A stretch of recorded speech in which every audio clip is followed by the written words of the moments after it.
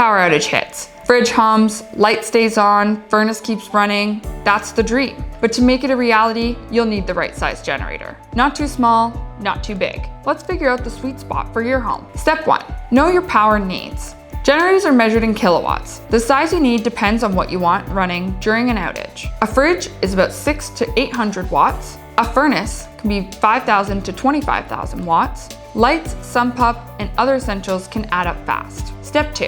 Do the math. List the appliances you can't live without and add up both running wattage and starting wattage. Appliances like fridges and pumps need extra power to kick on. Step 3. Ontario Home Guidelines. For an average 1,500 square foot home, a 15 to 20 kilowatt generator usually covers the basics. Every family's needs are different. Your setup might require more or less. Why size matters.